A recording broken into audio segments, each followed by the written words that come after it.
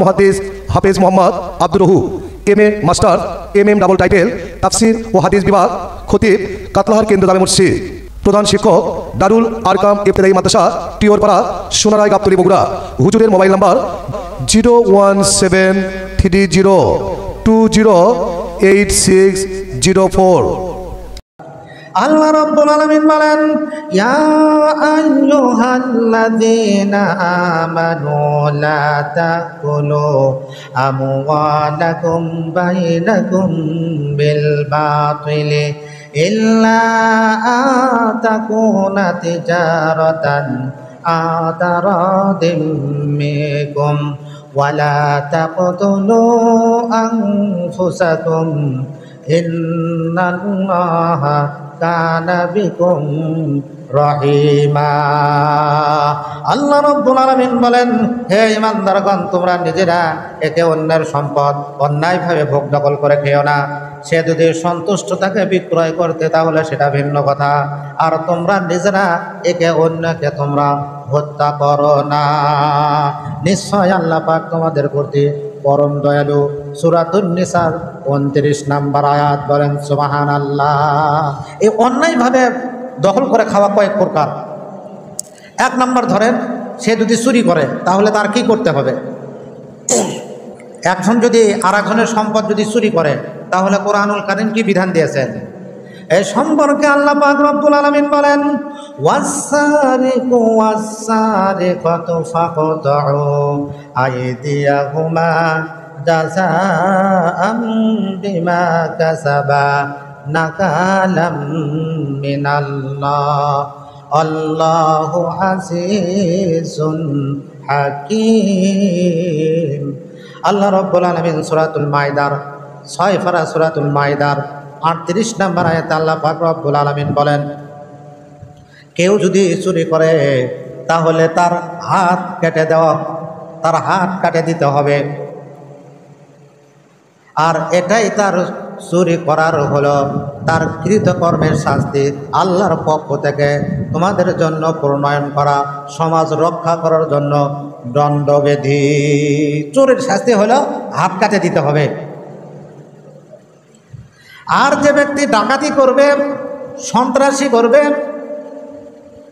যে ব্যক্তি সন্ত্রাসী করবে, ডাকাতি করবে, সূরাতুল মাইদার 33 নম্বর আয়াতে আল্লাহ পাক রব্বুল আলামিন বলেন, এই ডাকাতদের শুধু হাত কাটা নয়, 2 হাত এবং 2 পাও পেছন দিক থেকে উপর করিয়া তাদেরকে 2 হাত এবং 2 পাও কেটে দিতে হবে, তারপর সমাজ রক্ষা হবে। আর ডাকাতি এবং চুরির বিধান কায়েম করার পূর্বে ইসলামী শরীয়ত যখন প্রতিষ্ঠা করা হবে তখন সর্বপ্রথম ওই সমাজে জাকাতের বিধান চালু করতে হবে।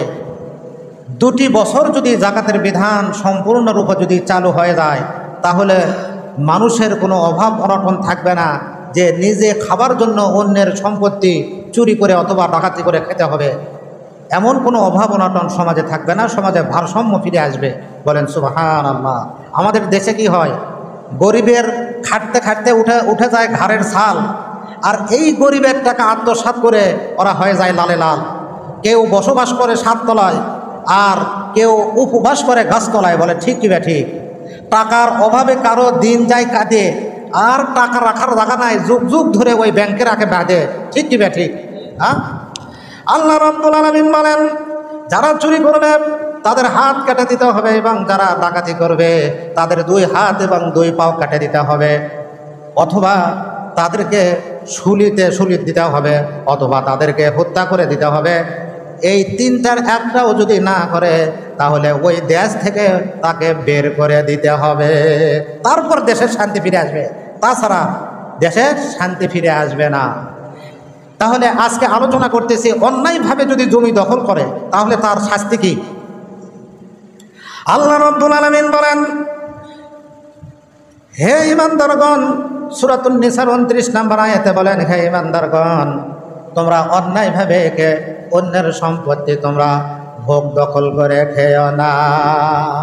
ইয়া আইয়ুহাল্লাযীনা আমানু লা তাকুলু আমওয়ালাকুম বাইনাকুম বিল বাতিল। তোমরা একে অন্যের সম্পত্তি অন্যায়ভাবে ভোগ দখল করে খেও না। তাহলে এখানে বিষয় কি পরিমাণ চুরি করলে তার হাত কেটে দিতে হবে। এ সম্পর্কে আম্মাজান হযরত আয়েশা সিদ্দিকা রাদিয়াল্লাহু তাআলা আনহা থেকে একটি হাদিস বলি।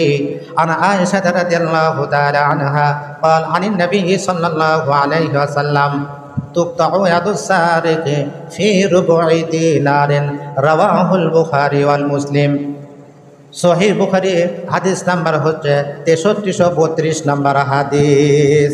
হযরত আয়েশা সিদ্দিকা রাদিয়াল্লাহু তাআলা আনহা থেকে বর্ণিত, তিনি বলেন, আমি আল্লাহর রাসূলকে বলতে শুনেছি এক দিরহামের 4 ভাগের 1 ভাগ যদি চুরি করে, এক দিরহাম মানে হলো সৌদির 1 রিয়াল, দিরহাম মানে হলো সৌদির 1 রিয়াল, সৌদির 1 টাকা। 1 টাকার তুকতাউ ইয়াদুস সারিক ফি রুবঈ দিনারিন, 1 টাকার 4 ভাগের 1 ভাগ অর্থাৎ 25 পয়সা যদি চুরি করে তাহলে ওই ব্যক্তিরও হাত কেটে দিতে হবে। 4 আনা পয়সা যদি চুরি করে তাহলে তার হাত কেটে দিতে হবে। এই টাকাটা সৌদির টাকা বলা হয়েছে। অপর হাদিসে বলা হয়েছে, আন আবি হুরায়রা রাদিয়াল্লাহু তাআলা আনহু قال قال رسول الله صلى الله عليه وسلم لعن الله السارق يسرق البيضة فتقطع يده ويسرق الحبل فتقطع يده رواه البخاري। হাদিস নাম্বার হচ্ছে 6326 নম্বর হাদিস। বুখারীর হাদিস নাম্বার হচ্ছে 6326 নম্বর হাদিস। আবু হুরায়রা রাদিয়াল্লাহু তাআলা আনহু থেকে বর্ণিত, তিনি বলেন, আল্লাহর রাসূল সাল্লাল্লাহু আলাইহি ওয়াসাল্লাম বলেছেন, লানাল্লাহু সারিকা, চোরের প্রতি আল্লাহ পাকের লানত, অভিশাপ, বলেন নাউজুবিল্লাহ। আসরিকুল বাইজাতা ফাতুক্তু ইয়াদুহু, যখন সে মাত্র একটা ডিম চুরি করবে, আসরিকুল বাইজা যদি একটা ডিম চুরি করে, ফাতুক্তু ইয়াদুহু, তাহলে তাকে হাত কেটে দিতে হবে। ওয়াসরিকুল হাবালা ফাতুক্তু ইয়াদুহু, আর ওই ব্যক্তি যদি একটা রশি চুরি করে, বকরির রশি, ভেড়ার রশি, দুম্বার রশি অথবা গরুর রশি, উটের রশি যদি চুরি করে, একটা রশিও যদি চুরি করে তবুও তার হাত কেটে দিতে হবে। বুখারী শরীফ হাদিস নাম্বার 6326। আর আয়েশা রাদিয়াল্লাহু তাআলা আনহা থেকে যেটা বললাম, 1 টাকার 4 ভাগের 1 ভাগ যদি চুরি করে তাহলে তার হাত কেটে দিতে হবে। বুখারী শরীফ 6332 নম্বর হাদিস। তবে স্বাভাবিকভাবে যদি শাক, এই পাতা জাতীয় বিভিন্ন শাক হয়, এই শাক যদি ফসল যদি চুরি করে, ওই শাক জাতীয় ওই ফসলের বয়স যদি 90 দিনের কম হয় তাহলে 3 মাসের জেল দিতে হবে। 90 দিন কিংবা তার বেশি যদি ওই ফসলের বয়স যদি হয়, ওই ফসল যদি চুরি করে তাহলে তাকে জেল দিতে হবে 6 মাস। কেউ যদি তেঁতুল চুরি করে তাকে জেল দিতে হবে 6 মাস। কেউ যদি লেবু চুরি করে, এই যে লেবু, বাড়ির পাশে লেবু আছে, আর বলা লাগবে, একটা লেবু নিয়ে যায় খালাপ, এই লেবু যদি চুরি করে তাহলে ওই ব্যক্তিকে জেল দিতে হবে 2 মাস। আর ইক্ষু, কুষার যেটা আমরা বলি, একটা কুষার যদি চুরি করে তাহলে তাকে জেল দিতে হবে 6 মাস। আল্লাহর রাসূল বলেন, লানাল্লাহু সারিকা ইয়াসরিকুল বাইজাতা ফাতুক্তু ইয়াদুহু, যে চোরের প্রতি আল্লাহ লানত, সে যদি একটা ডিম চুরি করে তাহলে তার হাত কেটে দিতে হবে। আর ওয়াসরিকুল হাবালা ফাতুক্তু ইয়াদুহু, আর সে যদি রশি চুরি করে তাহলেও তার হাত কেটে দিতে হবে। আর যে ব্যক্তি অন্যের জমি জবরদখল করে খায়, এ সম্পর্কে হাদিস শরীফে কি রয়েছে? আন আবি সাঈদ রাদিয়াল্লাহু তাআলা আনহু ক্বালা ক্বালা রাসূলুল্লাহ সাল্লাল্লাহু আলাইহি ওয়াসাল্লাম, মান তাআখারা শিরা ফিল আরদি যুলমান ফাইন্নাহু ইয়াতাওয়াকুহু ইয়াওমাল কিয়ামাতি মিন 7 আরদিনা, রাওয়াহুল বুখারী। 3234 নম্বর হাদিস। হযরত সাঈদ বিন সাঈদ রাদিয়াল্লাহু তাআলা আনহু থেকে বর্ণিত, তিনি বলেন, আল্লাহর রাসূল সাল্লাল্লাহু আলাইহি ওয়াসাল্লাম বলেছেন, যে ব্যক্তি অন্যের সম্পত্তি যদি 1 বিঘত পরিমাণ অর্থাৎ 1 টাকার পরিমাণ অন্যের সম্পত্তি যদি জবরদখল করে খায়, অন্যের সম্পত্তি 1 টাকার পরিমাণ যদি জবরদখল করে খায়, তাহলে তার শাস্তিটা কি হবে? ফাইন্নাহু ইতাওয়াকুহু ইয়াউমাল কিয়ামাতি মিন সাবঈ আরদিন। আল্লাহর রাসূল বলেন, ওই 1 টাকার পরিমাণ সমুদয় সম্পত্তি মিন সাবঈ আরদিন, সপ্তম জমিন পর্যন্ত যে দীর্ঘ লম্বা সম্পত্তি কিয়ামতের মাঠে তার গলায় বেড়ি রূপে বাঁধিয়া দেওয়া হবে। কারো যদি বিপরীত চলে যায়, আমাদের কাজ হলো মানুষকে বোঝানোর। আমাদের কথা শুনলে, ডাক্তারের কথা শুনলে দুনিয়াতে শান্তি থাকতে পারবে, আর মাওলানা সাহেবদের কথা শুনলে, ইমাম সাহেবদের কথা শুনলে আখিরাতে শান্তিতে থাকতে পারবেন। আল্লাহর রাসূল বলেন, ফাইন্নাহু ইতাওয়াকুহু ইয়াউমাল কিয়ামাতি মিন সাবঈ আরদিন, রাওয়াহুল বুখারী। 3234 নম্বর হাদিস। আল্লাহর রাসূল বলেন, যে ব্যক্তি 1 টাকার পরিমাণ সম্পত্তি যদি, অন্যের সম্পত্তি যদি জবরদখল করে খায়, সপ্তম জমিন পর্যন্ত ওই অংশটুকু কিয়ামতের মাঠে তার গলায় বেড়ি স্বরূপ বাঁধিয়া দেওয়া হবে। সপ্তম জমিন কি? প্রথম নাম্বার জমিন যেরকম, একবারে সপ্তম নাম্বার জমিন পর্যন্ত, প্রত্যেকটা জমিনের মাঝখানে 500 বছরের দূরত্ব ফাঁকা জায়গা রয়েছে। বলেন সুবহানাল্লাহ। তাহলে সপ্তম নাম্বার জমিন পর্যন্ত বিশাল জমিন হয়ে যাবে। ওই যেটুকু অংশ সে জবরদখল করে খাবে, ওইটুকু অংশ কিয়ামতের মাঠে তার গলায় বেড়ি স্বরূপ দেওয়া হবে। বলেন নাউজুবিল্লাহ। আর কেউ যদি তার ওয়ারিসকে, ধরুন 3 জন ছেলে 3 জন মেয়ে আছে, ছেলে 3 জন কী করে খাবে? খুব টেনশন। আপনার 6 বিঘা জমি, মৃত্যুর আগে করলেন কি 3 বেটার নামে দিয়ে গেলেন, আর 3 বেটিকে আপনি ফাঁকি দিলেন। এটা বোঝানোর জন্য বলতেছি। এ সম্পর্কে আল্লাহর রাসূল কি বলেছেন?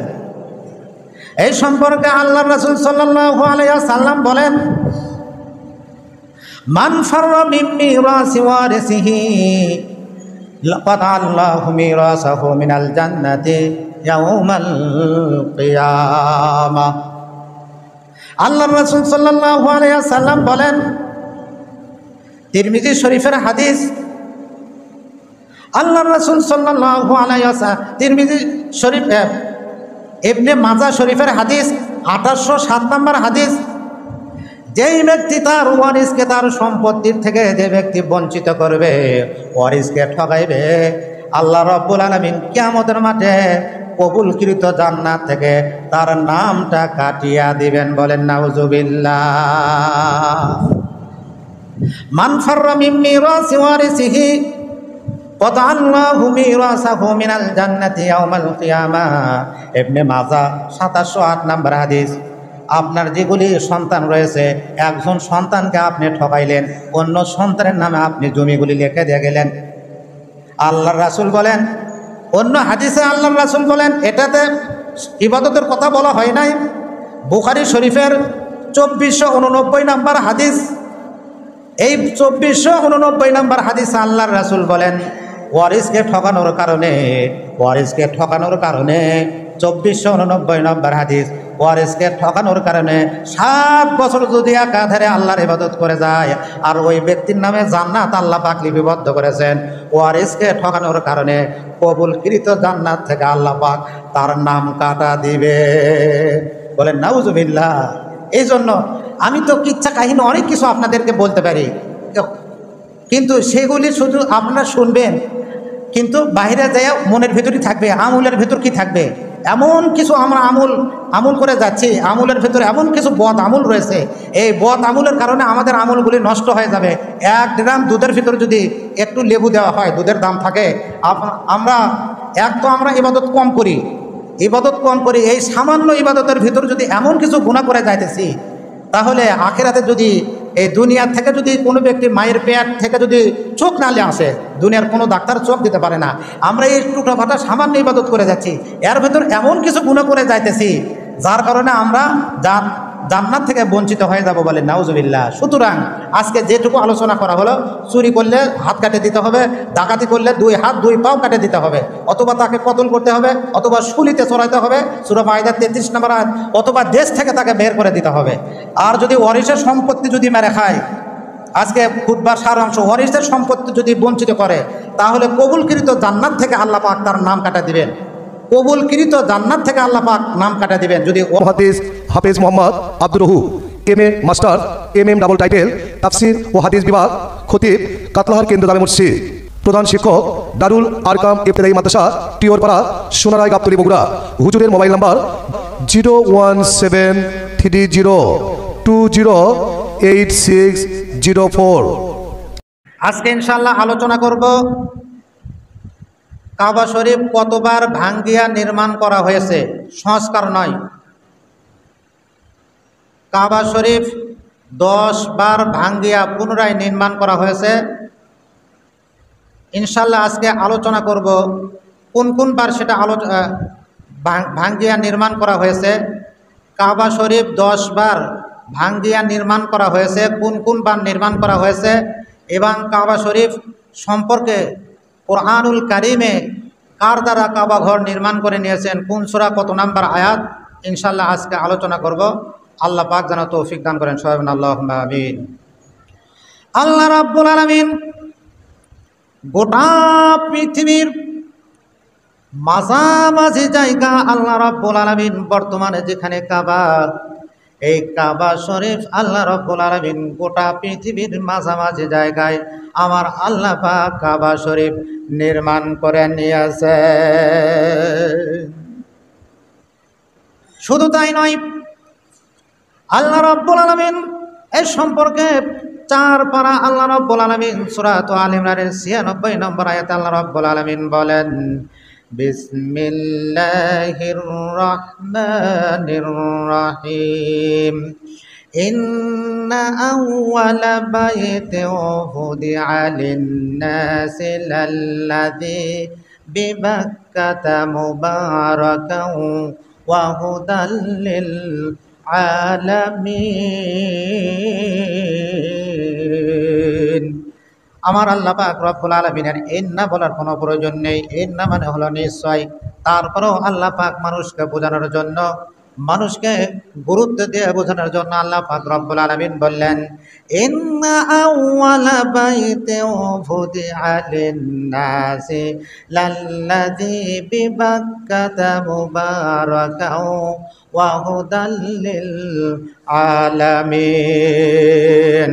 আমার আল্লাহ পাক রব্বুল আলামিন বলেন, ইন্না মানে নিশ্চয়, আউওয়ালা বাইতিন, আউওয়ালা মানে হলো প্রথম, বাইতিন মানে হলো প্রথম ঘর, হুদিআ মানে যা নির্মাণ করা হয়েছে, লিন্নাসি মানুষের জন্য, লাল্লাযী অবশ্যই, ওহা বিবাক্কাতা মক্কায় অবস্থিত, মুবারাকান মানে হলো বরকতময়, হুদাল লিল আলামিন বিশ্ববাসীর জন্য হিদায়াতের কেন্দ্র। বলেন সুবহানাল্লাহ।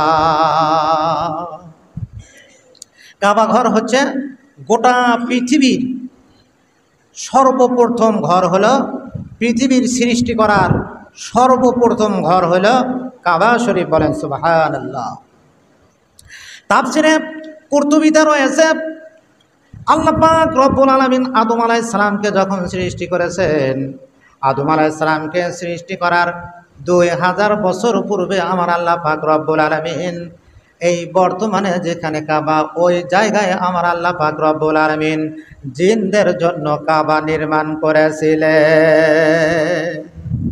আদম আলাইহিস সালামকে সৃষ্টি করার 2000 বছর পূর্বে আল্লাহ পাক রব্বুল আলামিন বর্তমানে যেখানে কাবা, গোটা পৃথিবীর মাঝামাঝি জায়গা হলো কাবা, সেখানে আল্লাহ পাক কাবা শরীফ নির্মাণ করে নিয়েছিলেন। বলেন সুবহানাল্লাহ।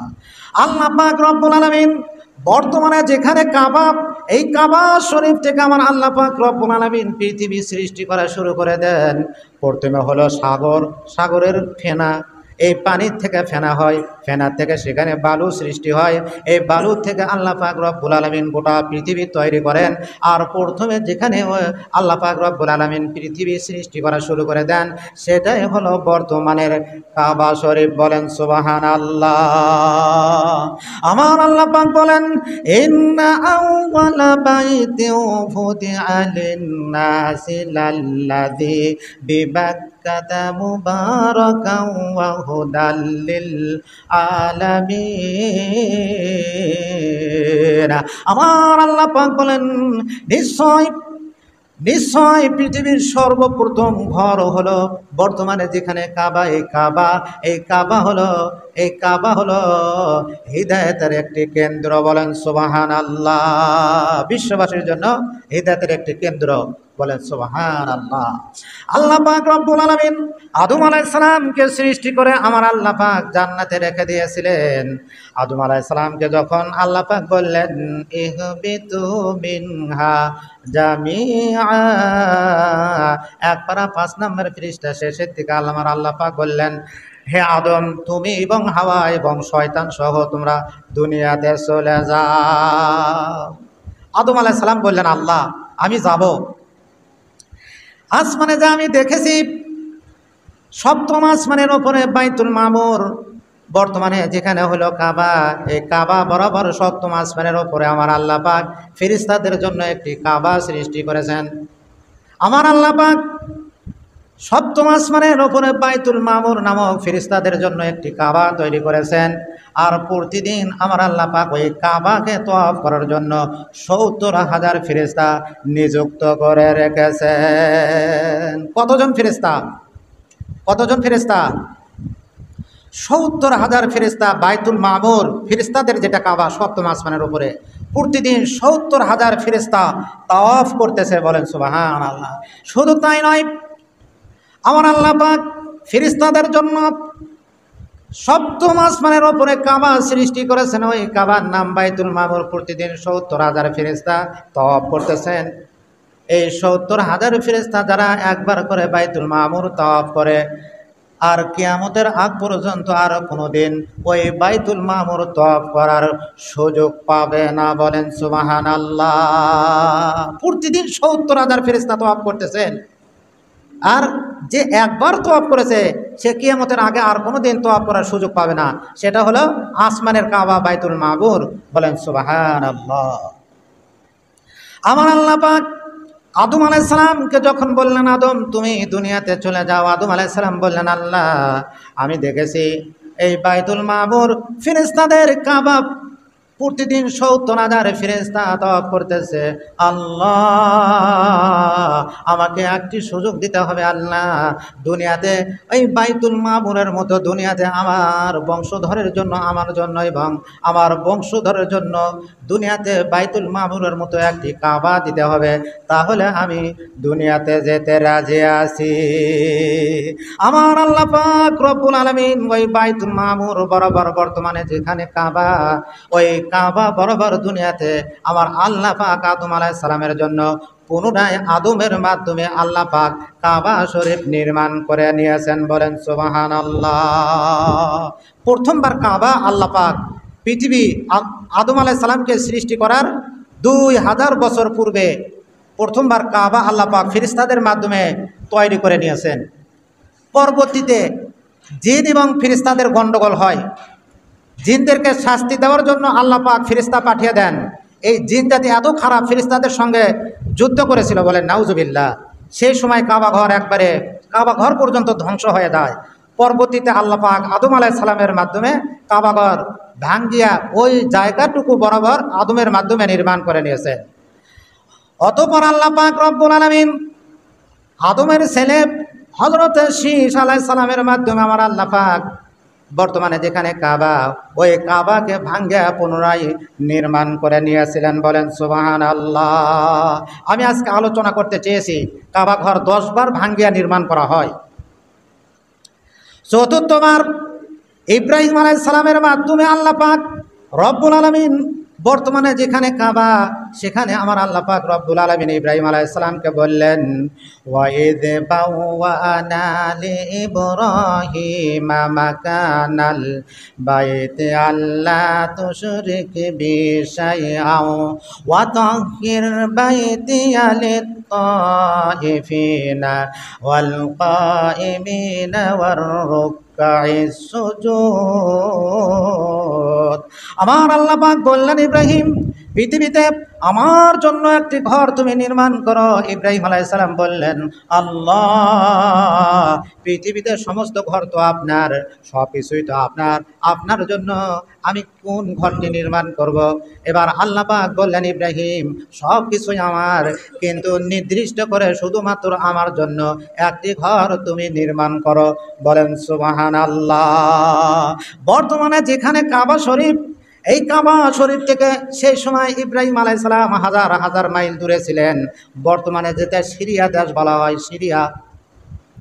সিরিয়াতে ইব্রাহিম আলাইহিস সালাম ছিলেন। সেই সময় আমার আল্লাহ পাক যখন ইব্রাহিম আলাইহিস সালামকে বললেন নির্দিষ্ট একটি ঘর নির্মাণ করো, ইব্রাহিম আলাইহিস সালাম বললেন, আল্লাহ, কোথায় আপনার জন্য ঘর নির্মাণ করব? এবার আল্লাহ পাক রব্বুল আলামিন বললেন, ইব্রাহিম, তুমি উটের উপর সওয়ার হও, তোমার উটটা যাইয়া যেখানে যাইয়া থামিয়া যাবে সেখানে আমার জন্য তুমি ঘর নির্মাণ করো। বলেন সুবহানাল্লাহ। আল্লাহর নবী ইব্রাহিম আলাইহিস সালাম উটের উপর সওয়ার হইলেন। বর্তমানে সিরিয়া দেশ সেখানে ইব্রাহিম আলাইহিস সালাম ছিলেন, উটের উপর সওয়ার হয়েছেন। সেই সময় মক্কার নাম ছিল বাক্কা, আর ওই মক্কা নগরে একবারে মরুভূমি ছিল। ইব্রাহিম আলাইহিস সালামের উটটি ওই মরুভূমির ভিতরে আসিয়া থামিয়া যায়। বলেন সুবহানাল্লাহ। ইব্রাহিম আলাইহিস সালামের উটটি যখন বসিয়া গেল, এবার ইব্রাহিম আলাইহিস সালাম বললেন, আল্লাহ, উটটি তো এখানে বসিয়া গিয়েছে, আমি এখন জানতে চাই কতটুকু জায়গা ব্যাপে আপনার জন্য পৃথিবীতে ঘর নির্মাণ করব। বলেন সুবহানাল্লাহ। আমার আল্লাহ পাক রব্বুল আলামিন 17 পারা 2 নম্বর সূরাতুল হজ্জের আমার আল্লাহ পাক রব্বুল আলামিন উল্লেখ করেছেন 26 নম্বর আয়াতে। আমার আল্লাহ পাক রব্বুল আলামিন বলেন, ওয়াইয বাওয়ানা লিইব্রাহিম মাকানাল বাইতি। আল্লাহ পাক বলেন, স্মরণ করো, ওয়া মানে এবং ঈদ মানে যখন, স্মরণ করো, বাওয়ানা আমি নির্দিষ্ট করে দিলাম, মাকানাল বাইতি, মাকান মানে হলো ঘর, মাকানাল বাইতি মানে কাবা ঘরের ওই জায়গা, মাকান মানে হলো জায়গা, আর বাইতি মানে হলো ঘর। মাকানাল বাইতি, আমার আল্লাহ পাক বলেন, আমি ইব্রাহিমকে কতটুকু জায়গা ব্যাপী ঘর নির্মাণ করতে হবে আমি আল্লাহ তাকে নির্দিষ্ট করে দিলাম, এতটুকু জায়গা ব্যাপী তুমি আমার জন্য পৃথিবীতে ঘর নির্মাণ করো। বলেন সুবহানাল্লাহ। এবং আমার আল্লাহ পাক বললেন, আল্লাহ তুশরিক বি শাইআন ওয়া তাহির বাইতিয়া লিত-তাইফিনা ওয়াল কাইমিনা ওয়ার রুকআইস সুজুদ। আমার আল্লাহ পাক বললেন, ইব্রাহিম, এই ঘর তুমি নির্মাণ করবে এবং এই আশেপাশে যেগুলি বসবাস করতেছে তাদেরকে উদ্দেশ্যে আল্লাহ পাক বললেন, ঘর নির্মাণ করবে এবং তুমি লক্ষ্য রাখবে আমার ঘরে অন্য কাউকে যেন আমার সঙ্গে শরীক করা না হয়। আল্লাহ তুশরিক বি, আল মানে যেন, লা তুশরিক বি শাইআন, লা তুশরিক বি শরীক যেন না করে, শাইআন কোনো কিছু, আমার সঙ্গে যেন অন্য কোনো কিছু শরীক না করে। ওয়াতাহির বাইতিয়া, এবং যেন তোমরা পবিত্র রাখবে আমার ঘর, লিত-তাইফিনা যারা এই ঘরকে তওয়াফ করবে, হাজী সাহেবগণ, তাদের জন্য তুমি ঘরকে পবিত্র রাখবে। ওয়াল কাইমিনা যারা নামাজে দাঁড়াইবে, ওয়ার রুকআইস সুজুদ এবং যারা রুকু করবে, সিজদা করবে, তাদের জন্য এই ঘর তুমি পবিত্র রাখবে। বলেন সুবহানাল্লাহ। এবার ইব্রাহিম আলাইহিস সালাম, আল্লাহ রাব্বুল আলামিন যখন জায়গাটি যখন নির্দিষ্ট করে দিলেন, ইব্রাহিম আলাইহিস সালামকে জিবরাইল আলাইহিস সালাম পাঠিয়ে বললেন, জিবরাইল আলাইহিস সালাম আসিয়া ডাক দিলেন, এতটুকু জায়গা ভাবে পৃথিবীতে আল্লাহ পাক রব্বুল আলামিনের জন্য একটি নির্দিষ্ট ঘর নির্মাণ করেন। বলেন সুবহানাল্লাহ। এবার আল্লাহ পাক রব্বুল আলামিন এক পারা 125 নম্বর আয়াত থেকে আমার আল্লাহ পাক রব্বুল আলামিন 128 নম্বর আয়াত পর্যন্ত এই কাবা ঘর সম্পর্কে বলেছেন। ইব্রাহিম আলাইহিস সালাম বললেন, ওয়াইদ জাআলনাল বাইতা মাসাবাতাল লিন-নাসি ওয়া আমনা ওয়াত্তাখিযু মিন মাকামি ইব্রাহিমা মুসাল্লা। আল্লাহ পাক রব্বুল আলামিন বলেন, এই কাবা ঘরকে আমি রব্বুল আলামিন, মানুষ যেন বারবার ফিরিয়ে আসে, এই কাবা ঘরের দিকে ফিরে আসে, আমি আল্লাহ সেই ব্যবস্থা করলাম। এই কাবা ঘরকে আমি রব্বুল আলামিন নিরাপদ স্থান হিসেবে গণ্য করে দিলাম। বলেন সুবহানাল্লাহ। হযরত ইব্রাহিম আলাইহিস সালাম যখন কাবা ঘর নির্মাণ করবেন, ওয়াইয ইয়ারফাউ ইব্রাহিমুল কওয়াইদা মিনাল বাইতি ওয়া ইসমাঈল রাব্বানা তাকাব্বাল মিন্না ইন্নাকা আনতাস সামিউল আলিম। ইব্রাহিম এবং ইসমাঈল আলাইহিস সালাম যখন কাবা ঘর নির্মাণ করা যখন শুরু করলেন, তখন তারা বললেন, রব্বানা, হে আমাদের প্রভু, তাকাব্বাল মিন্না, তাকাব্বাল, রব্বানা আওয়ার লর্ড, তাকাব্বাল মিন্না, accept this service from us, ইন্নাকা আনতাস সামিউল আলিম, for the art the all hearing the all knowing.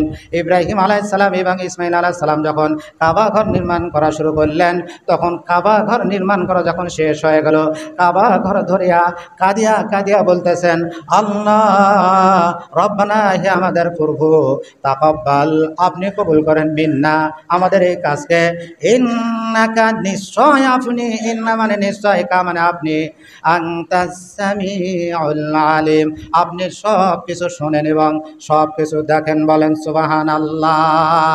ইব্রাহিম আলাইহিস সালাম, ইসমাঈল আলাইহিস সালাম যখন আল্লাহ পাক রব্বুল আলামিন জিবরাইলের মাধ্যমে ওই জায়গাটুকু আল্লাহ পাক রব্বুল আলামিন যখন নির্দিষ্ট করে দিলেন, ডাক দিয়ে দিলেন, ইব্রাহিম আলাইহিস সালাম বললেন, আল্লাহ, কোন পাহাড়ের পাথর দ্বারা আপনার জন্য পৃথিবীতে আপনার ঘর নির্মাণ করব? আল্লাহ পাক রব্বুল আলামিন জানিয়ে দিলেন, হে ইব্রাহিম, 5টি পাহাড় থেকে পাথর সংগ্রহ করিয়া পৃথিবীতে এই কাবা ঘর নির্মাণ করার জন্য তুমি আমার কাজে তুমি লাগিয়ে দাও। তার ভিতর আবু কুরাইশ পাহাড়, কায়কাআন পাহাড়, তুর পাহাড়, সাফা পাহাড়, মারওয়া পাহাড়। ইব্রাহিম আলাইহিস সালাম বললেন, আল্লাহ, এই কাবা থেকে তুর পাহাড় হাজার হাজার মাইল দূরে, আমি যদি সেখান থেকে পাথর সংগ্রহ করতে যাই আল্লাহ, তাহলে তো আমার জিন্দেগি শেষ হয়ে যাবে, কিয়ামত মনে হয় শুরু হয়ে যাবে, তবুও তো আপনার ঘর নির্মাণ করা আমি শেষ করতে পারবো না। এবার আল্লাহ পাক রব্বুল আলামিন বললেন, ইব্রাহিম, তোমার কাজের জন্য আমি আল্লাহ তোমাকে সহযোগিতা করব। জিবরাইল আলাইহিস সালামকে পাঠিয়ে দিলেন। জিবরাইল আলাইহিস সালাম অল্প সময়ের ভিতরে 5টি পাহাড় থেকে পাথর তিনি সংগ্রহ করে দিলেন। বলেন সুবহানাল্লাহ।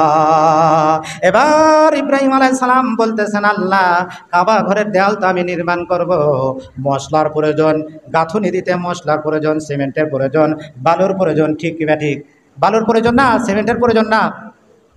আমার আল্লাহ পাক বললেন, ইব্রাহিম, আমি আল্লাহ তোমার মাধ্যমে শুধু নির্মাণ করে নিতেছি, আমার কুদরতি খেলা তুমি দেখো, একটি পাথরের উপর আর একটি পাথর তুমি রাখিয়ে দিবে, আর মাঝখানে জয়েন্ট লাগবে, আমি আল্লাহর কুদরতি হাত দ্বারা জয়েন্ট লাগিয়ে দিব। বলেন সুবহানাল্লাহ।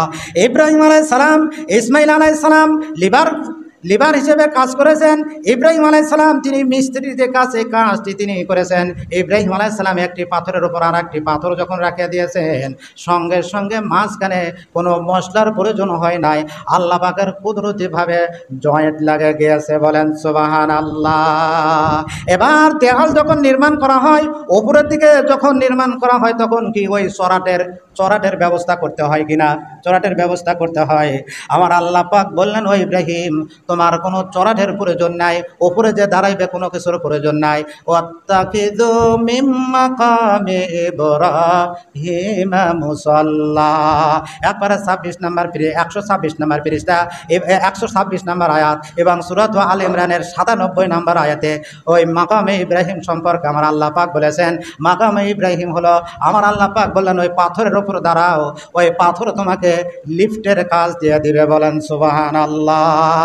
ইব্রাহিম আলাইহিস সালাম একটি পাথর যখন গাঁথেন, আর একটি পাথর যখন রাখিয়ে দেন, উপরে যখন যাওয়ার প্রয়োজন হয়, ওই পাথরটি তাকে উপরের দিকে শূন্যের দিকে ভাসিয়ে তোলেন। বলেন সুবহানাল্লাহ। যেহেতু সময় শেষ, একবারে অল্প সময়ের ভেতর শেষ কথাটা বলে দেই। ইব্রাহিম আলাইহিস সালাম যখন কাবা ঘর নির্মাণ করা শেষ করলেন, দরজাটি লাগাইলেন পশ্চিম পাশে, অটোমেটিক দরজাটি পূর্ব পাশে আসিয়া সেট হয়ে যায়।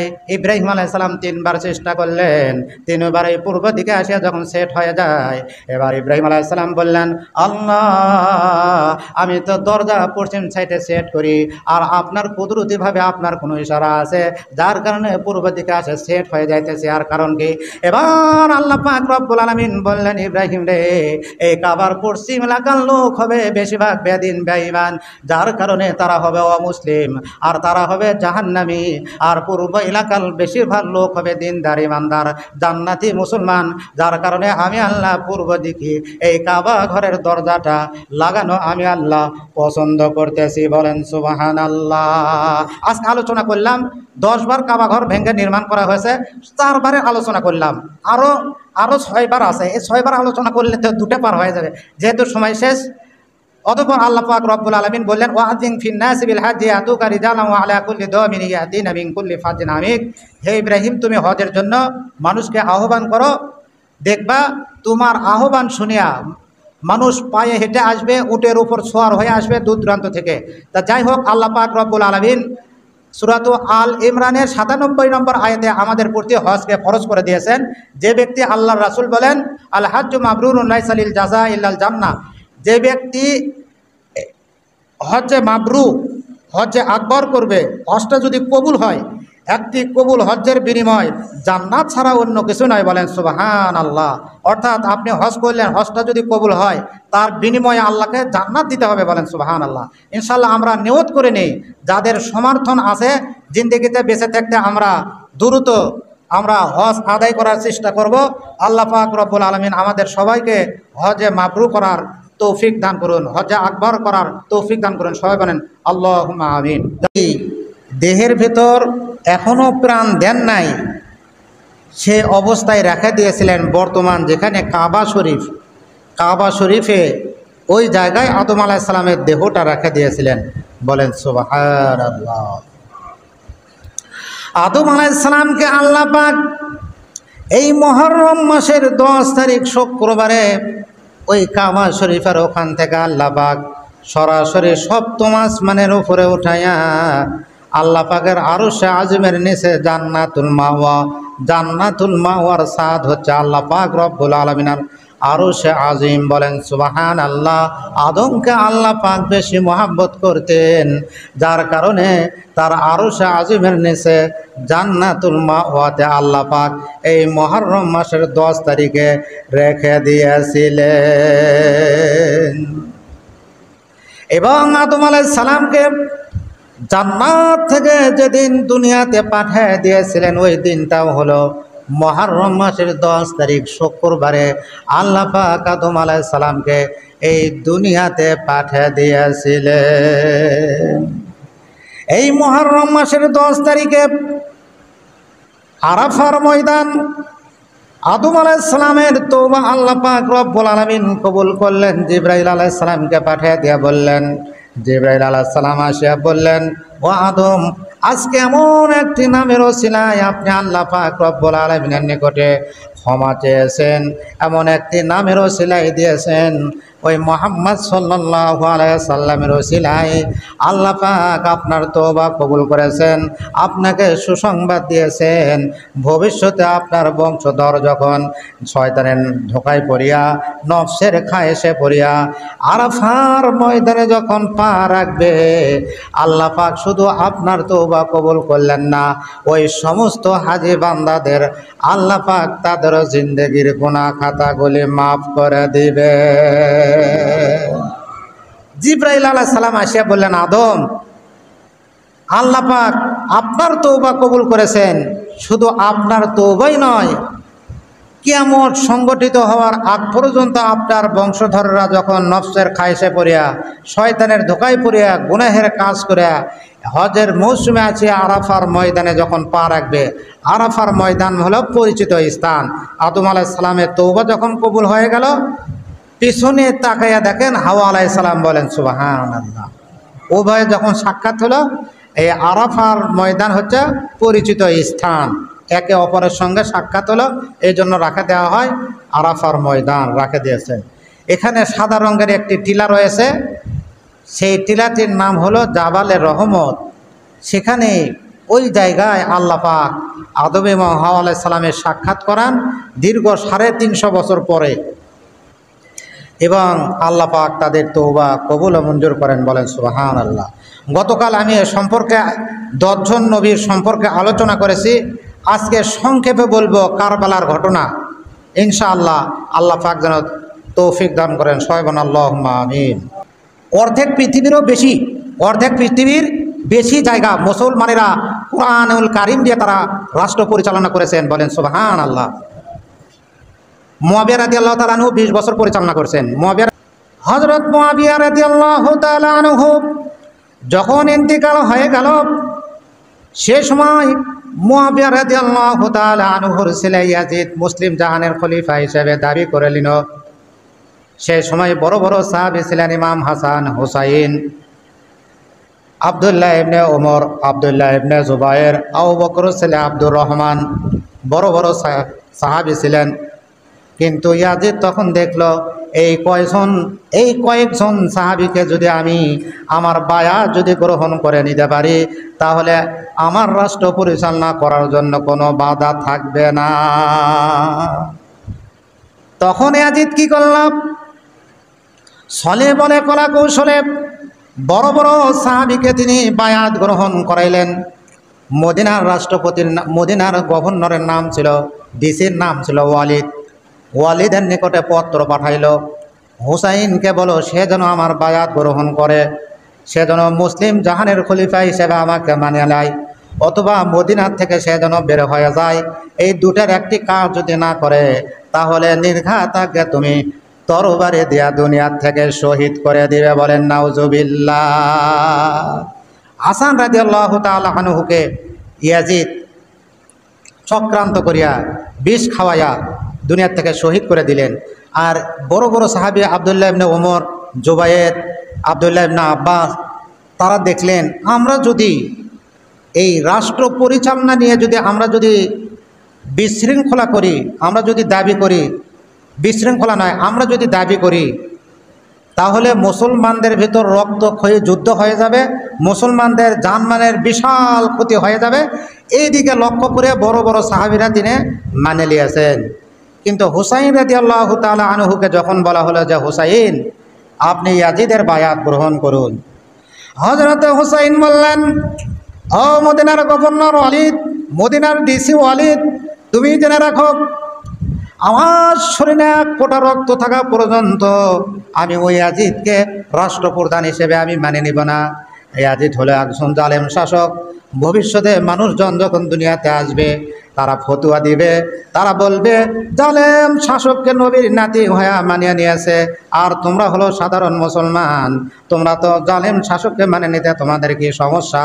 আমি যদি মানিয়ে নেই, আমার এই কথাকে তারা গ্রহণ করিয়া তারা জালেম শাসককে মানিয়ে নেওয়া বৈধ করে দিবে। হযরত হুসাইন বললেন আমি এই মদিনাতে থাকবো না, মদিনা থেকে আমি বের হয়ে যাইতেছি। হযরত হুসাইন রাদিয়াল্লাহু তাআলা আনহু মদিনাতে থেকে বের হয়ে চলে গেলেন, মক্কাতে তিনি বসবাস শুরু করলেন। সেই সময় কুফা থেকে হাজার হাজার চিঠি এসলো, কেউ বলছে 10,000, কেউ বলছে 30,000, হাজার হাজার চিঠি চলে আসলো। ওই কুফা নগরী, ইরাকের কুফা নগরী থেকে চিঠি চলে আসলো।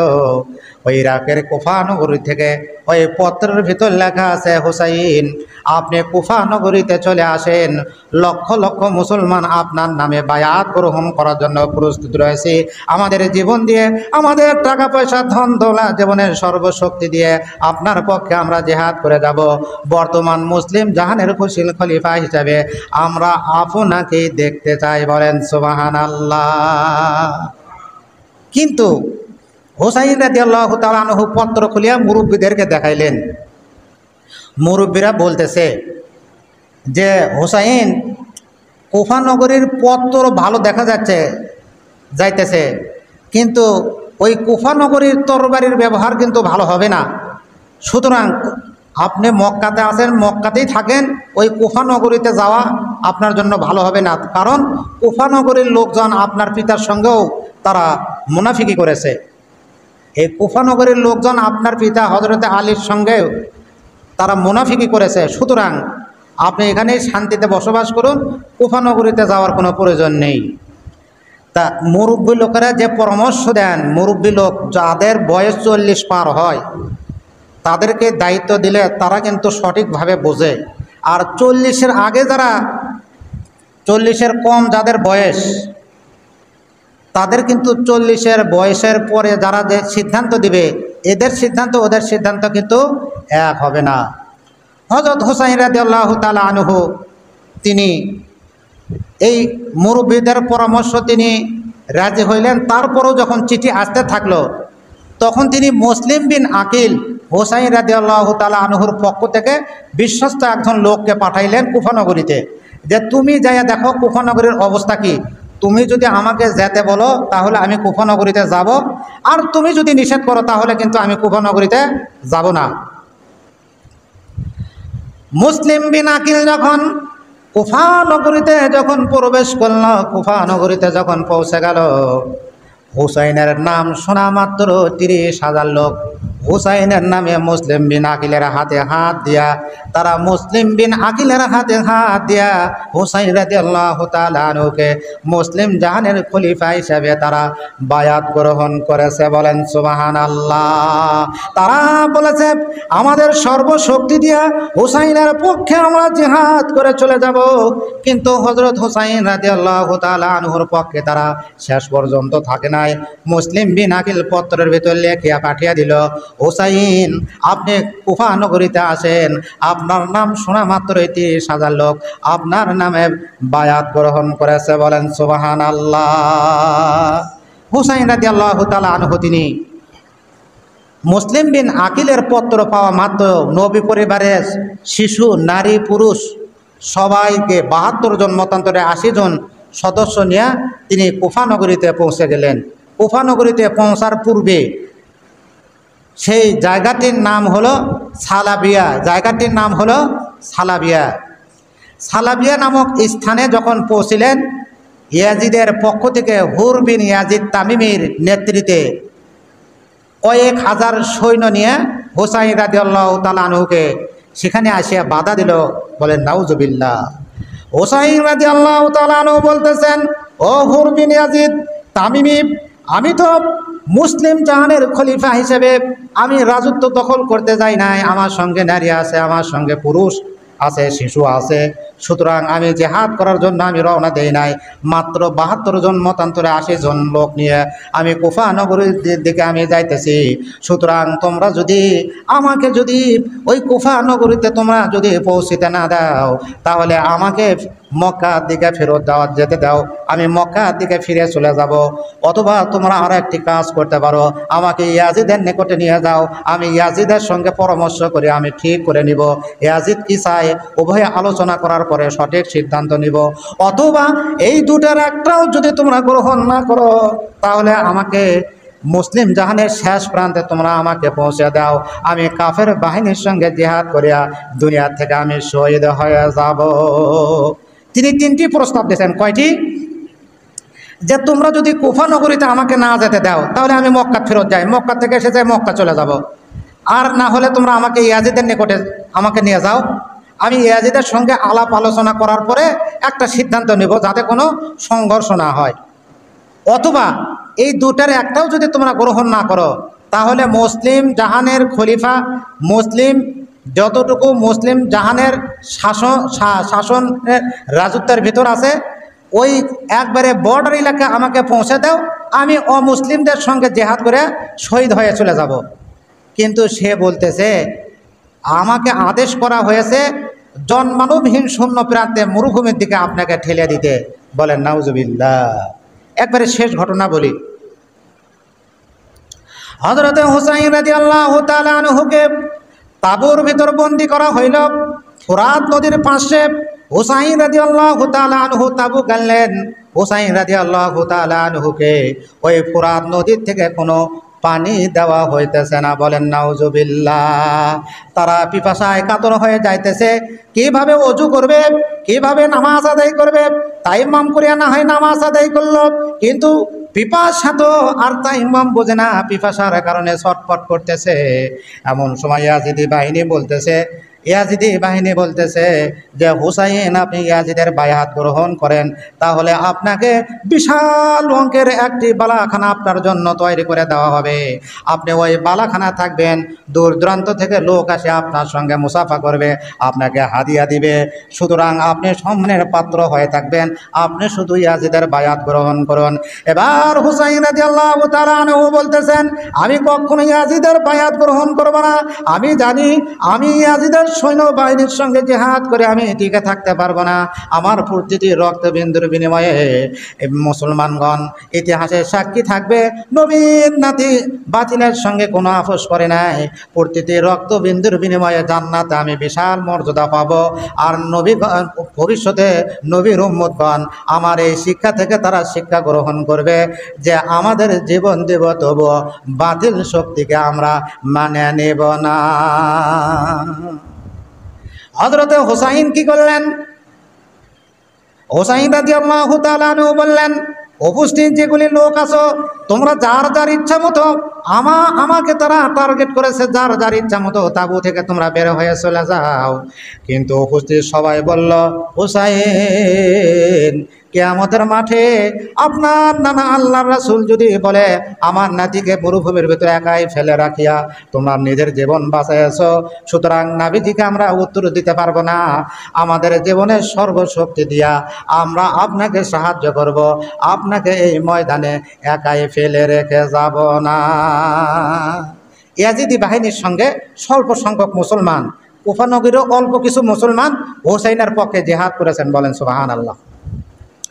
মুসলমানগণ যখন পুরুষগণ যখন শেষ হয়ে গেল, শুধু থাকলেন নবী পরিবারের সদস্য। হুসাইন রাদিয়াল্লাহু তাআলা আনহুর ছোট ছেলের নাম আলী আসগর। কি নাম? আলী আসগর। বড় ছেলের নাম হলো আলী আকবর, তার বয়স হলো 17 বছর। আর ছোট ছেলে আলী আসগর, তার বয়স হলো 6 মাস। আলী আসগরের মা পিপাসার কারণে স্তনের দুধ পর্যন্ত শুকিয়ে গেছে, মুখের লালা পর্যন্ত শুকিয়ে গিয়েছে।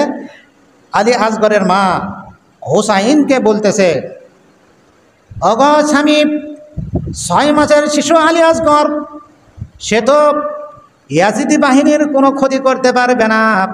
সুতরাং তারা যদি একটু পানি যদি দেয় তাহলে এই 6 মাসের শিশু আলী আসগর প্রাণটা ভিক্ষা পেয়ে যাবে, প্রাণটা বাঁচবে। আর যদি পানি যদি না দেয় তাহলে অল্পক্ষণের ভিতরে কিন্তু পিপাসার কারণে আলী আসগর দুনিয়ার থেকে বিদায় হয়ে যাবে।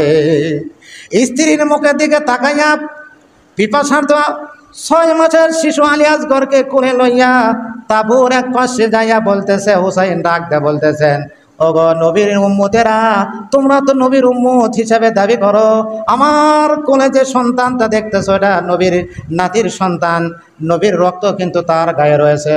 সুতরাং 6 মাসের শিশু আলী আসগর সে তো তোমাদের কোনো ক্ষতি করতে পারবে না।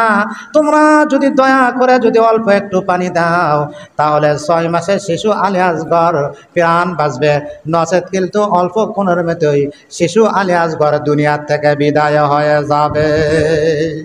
হুসাইনের কণ্ঠ শ্রবণ করা মাত্র হারমালা বিন কাহেন জনায় কয়েকজন মুনাফিক একটা তীর নিক্ষেপ করলো, বিষাক্ত তীর। আস্তে আস্তে আস্তে আস্তে হুসাইনের কপালে লাগলো না, হুসাইনের কোলে শিশু আলী আসগরের বুকের ভিতর বিদ্ধ হয়ে গেল। হযরত হুসাইন রাদিয়াল্লাহু তাআলা আনহু আস্তে করে তীরটা বের করার চেষ্টা করলেন। আস্তে করে তীরটা বের করার চেষ্টা করলে হবে কি, দেখা গেল ওই তীরের আগায় শিশু আলী আসগরের কলিজাটা পর্যন্ত বের হয়ে এসেছে। ওই তীরটা বের করার সঙ্গে সঙ্গে কলিজাটা সিনিয়া তীরের রাগায় যখন লেগেছে, শিশু আলী আসগর একটা চিৎকার দিয়া মাথাটা ঝুঁকাইয়া ফেললেন। অমনি দুনিয়া থেকে তিনি বিদায় হয়ে গেলেন। বলেন নাউজুবিল্লাহ। হযরতে হুসাইন শিশু আলী আসগরকে কোলে লইয়া যখন তাঁবুর ভিতর ফিরে আসতেছেন, হুসাইনের স্ত্রী আলী আসগরের দিকে তাকাইয়া কান্না জড়িত কণ্ঠে তিনি যখন আল্লাহর কাছে ফরিয়াদ করতেছেন, পিপাসার কারণে বেশি জোরে তিনি কাঁদতেও পারতেছেন না। বলেন আল্লাহু আকবার। পিপাসার কারণে তিনি বেশি জোরে কাঁদিতেও পারতেছেন না। বলেন আল্লাহু আকবার। হুসাইনের বড় ছেলে আলী আকবর 17 বছর বয়স, মায়ের নিকটে আসিয়া বলতেছে, মা আমাকে জিহাদের ময়দানে যাওয়ার অনুমতি দিয়ে দাও গো মা। আমার 6 মাসের শিশু আলী আসগর নিরাপরাধ, আমার 6 মাসের ভাইকে যারা শহীদ করে দিয়েছে, আমি সংকল্প করতেছি তাদেরকে আমি হত্যা করার পরে তারপরে তাঁবুর ভিতর ফিরে আসব।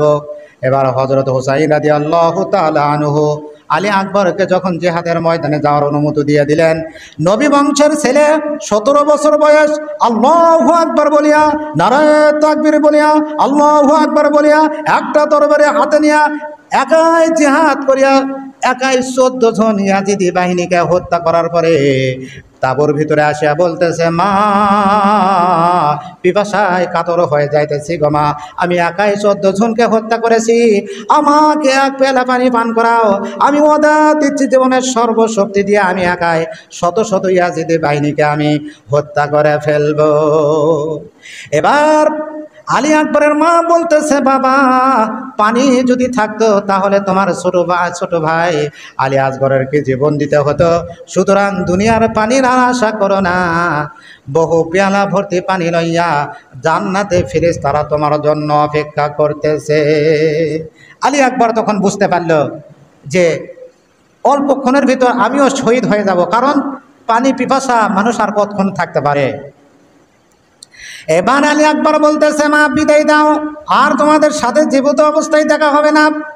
আলী আকবর একবার ময়দানের দিকে চায়, একবার পেছনে ফিরিয়া শেষ বিদায়ের মতো মার চেহারার দিকে তাকায়, একবার বাবার চেহারার দিকে তাকায়, একবার সামনের দিকে যায়, একবার পেছনে ফিরিয়া মা বাবার চেহারার দিকে শেষবারের মতো তাকায়।